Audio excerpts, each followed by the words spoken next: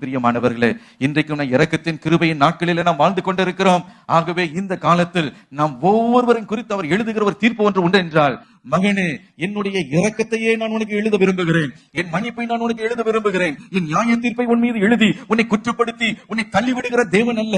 நீ எப்படிப்பட்ட பாவத்தோடு நீ வந்திருந்தாலும், எப்படிப்பட்ட குற்றத்தை நீ செய்திருந்தாலும், நீ உன்னை குற்றப்படுத்தி கொண்டிருந்தாலும், நான் உன்னை மன்னிக்கிற தேவனா இருக்கிறேன், உனக்கு நான் இறங்குகிற தேவனா இருக்கிறேன், உன்னை நோக்கி நான் உருக்கம் உள்ளவனாக, உன்னுடைய பாவங்கள் ரத்தாம்பரையை போல சிவப்பாய் இருந்தாலும் அவைகளை பனியை போல வெண்மையாய் நான் மாற்றி உன்னுடைய பாவங்களை எல்லாவற்றையும் மன்னித்து அவைகளை கழுவி என்னுடைய ஞாபக புஸ்தகத்தில் இராதபடிக்கு என்னுடைய மறதியில நான் அவர்களை தூக்கி போட்டு விடுவேன். உன்னுடைய பாவங்களையும் உன்னுடைய அக்கிரமங்களையும் நான் இனி நினைப்பதில்லை என்று தேவன் வாக்கு பண்ணினாரே, அந்த வார்த்தையின்படியே நம்முடைய எல்லா பாவங்களையும் மன்னித்து நம்முடைய எல்லா அநியாயங்களையும் நீக்கி சுத்திகரிக்க அவர் உண்மை உள்ள தேவனாய் இருக்கிறார். ஹல்லேலூயா, ஹல்லேலூயா.